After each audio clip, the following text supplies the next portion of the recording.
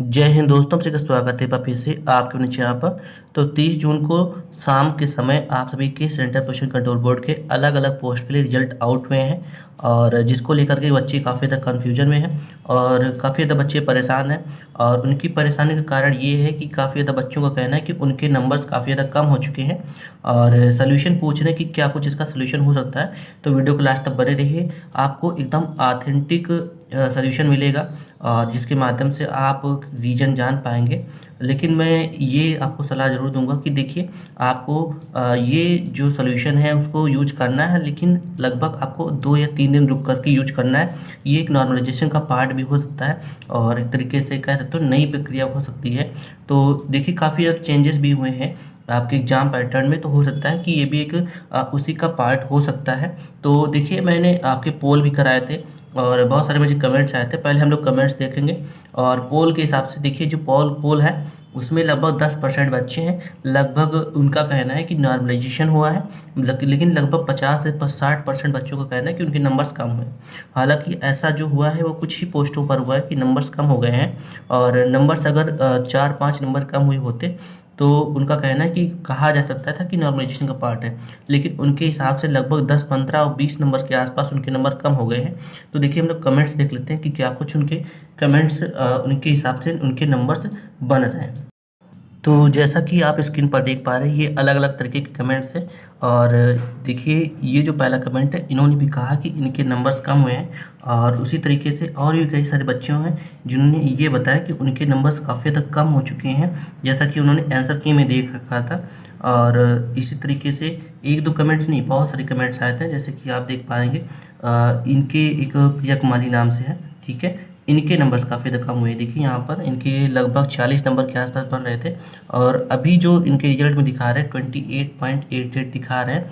तो देखिए, मैं ये कह रहा हूँ कि देखिए, ये हो सकता है कि आपके नॉर्मलाइजेशन का पार्ट भी हो सकता है और ये भी हो सकता है कि इसमें भी कुछ अपडेट हो। तो देखिए, मैं ऑथेंटिक सोल्यूशन तो ज़रूर दूंगा, लेकिन आप सभी को सलाह यही है कि लगभग आपको 1-2 दिन इंतज़ार करना है, उसके बाद ये कर सकते हैं। और ये देखिए, जो मैं सोल्यूशन दूंगा ये आप कोई भी एग्ज़ाम दे रहे हैं, चाहे वो प्राइवेट कंपनी के लिए हो या कोई सरकारी गवर्नमेंट जॉब हो, उन सभी पर अप्लाई करके आप अपनी जानकारी को निकाल सकते हैं, ठीक है। तो देखिए, हम लोग सीधा आते हैं सोल्यूशन पर और मैं आपको पहले ही सलाह दे दे रहा हूँ। देखिए, ये हो सकता है कि ओरिजिनल ना हो सकता है अभी एक और 1-2 या 3 दिन में आपके अपडेट किए जाएँ, तो परेशान नहीं होना। और ऐसा कुछ पोस्टों पर देखा गया कि बच्चे के नंबर काफ़ी ज़्यादा कम हो चुके हैं। तो देखिए, हम लोग देख लेते हैं क्या कुछ इसका सोल्यूशन हो सकता है। तो देखिए, अगर हम सोल्यूशन की बात करें तो कोई भी गवर्नमेंट जॉब हो या प्राइवेट कंपनी हो, ठीक है, जिसमें आप एग्ज़ाम दे रहे हैं, वहाँ पर आपको आरटीई का ऑप्शन जरूर देता है। आरटीई यानी राइट टू इन्फॉर्मेशन। और इसी के जो ये एक एक्ट है, ठीक है, इसके तहत अगर आप कोई एग्ज़ाम देते हैं या फिर किसी कंपनी के बारे में कोई जानकारी करना चाहते हैं, तो ये आपका अधिकार है कि आप उसके बारे में जान सकते हैं। या फिर अगर आपने पेमेंट करी है, एग्ज़ाम वगैरह दिया है, तो इसके तहत आप जान सकते हैं। देखिए, ये एक्ट है जो कि 2005 में लागू हुआ था। लेकिन देखिए, ये जो आपको आरटीआई लगाना है, देखिए, आप इसकी ऑफिशियल साइट से नहीं लगा सकते हैं।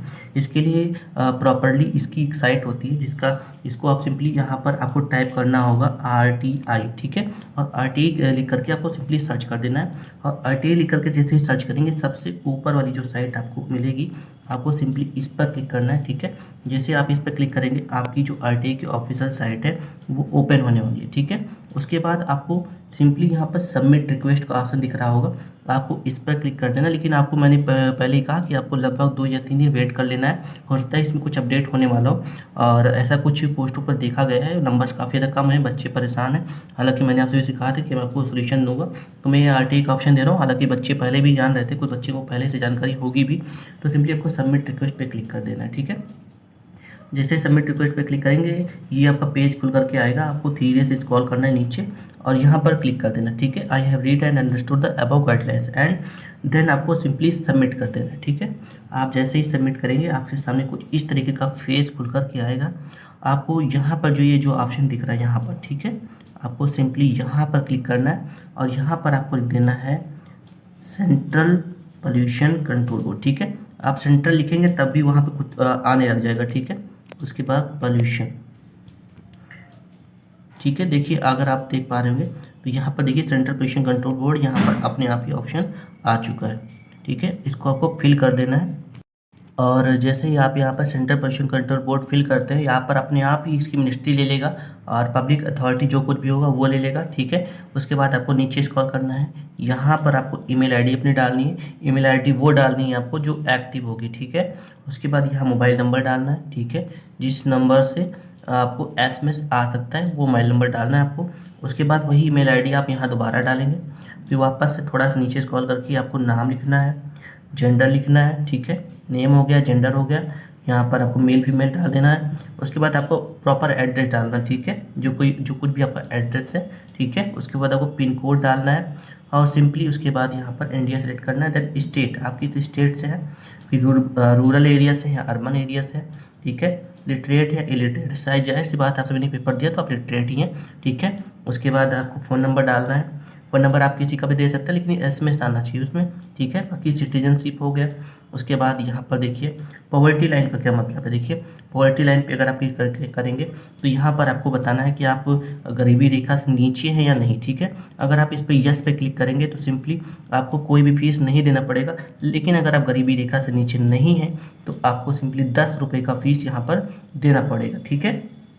और उसके बाद आप थोड़ा सा नीचे स्क्रॉल करेंगे तो यहाँ पर अपनी पूरी समस्या लिखनी है एक सम्मानीय तरीके से, जिस तरीके से आप एक एप्लीकेशन लिखते हैं उस तरीके से कि आपको क्या समस्या है, ठीक है। पूरी जानकारी आपको यहाँ पर लिखनी है कि आपका ये जो रिजल्ट है, आपने इस पोस्ट के लिए फॉर्म फिल किया था और आपके इतने नंबर्स बन रहे थे और इतने नंबर्स कम हो गए हैं, तो इसका रीज़न क्या है, क्यों इतना नंबर कम हुआ है। तो वहाँ से आपको स्पष्ट रूप से जानकारी मिलेगी आरटीआई के माध्यम से कि रीज़न क्या है, नॉर्मलाइजेशन का पार्ट है या क्या कुछ है। लेकिन मैंने आपको पहले ही कहा, मैं दोबारा कह रहा हूँ, आपको वेट करना है लगभग 1, 2 या 3 दिन वेट कर लेना, उसके बाद ये प्रक्रिया करनी है।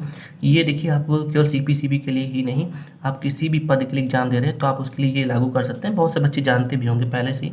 उसके बाद यहाँ पर सपोर्टिंग डॉक्यूमेंट है, यहाँ पर आप डॉक्यूमेंट को अपलोड करना चाहते हैं, ठीक है। जैसे कि आप अपने आंसर की में कितने नंबर्स बन रहे हैं, ठीक है, उसके हिसाब से, और आपके जो रिजल्ट में आ रहे हैं उतने नंबर्स, ठीक है। इसमें अगर आप स्क्रीनशॉट लगा कर पीडीएफ बनाकर अपलोड करना चाहें तो भी अपलोड कर सकते हैं। 1 MB तक होगा इसमें, ठीक है। उसके बाद सिंपली यहाँ पर सिक्योरिटी कोड फिल करना है और सबमिट कर देना है, ठीक है।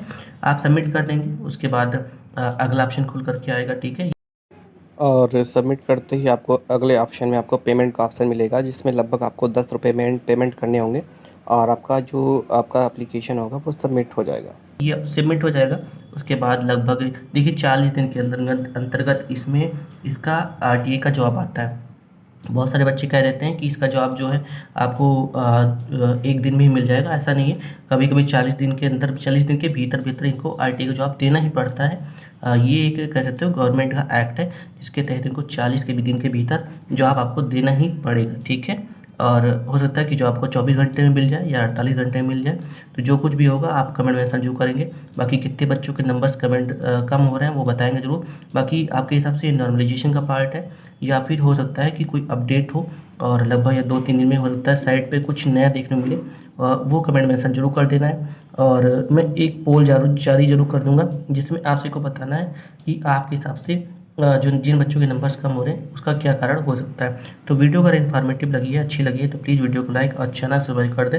आपको इसी तरीके के इन्फॉर्मेशन इस चैनल पर देखने को मिलते रहेंगे। साथ ही जो भी नया अपडेट होगा वो भी आपको बताया जाएगा। तो मिलते हैं नेक्स्ट वीडियो में। आज के लिए इतना ही। थैंक यू सो मच, धन्यवाद।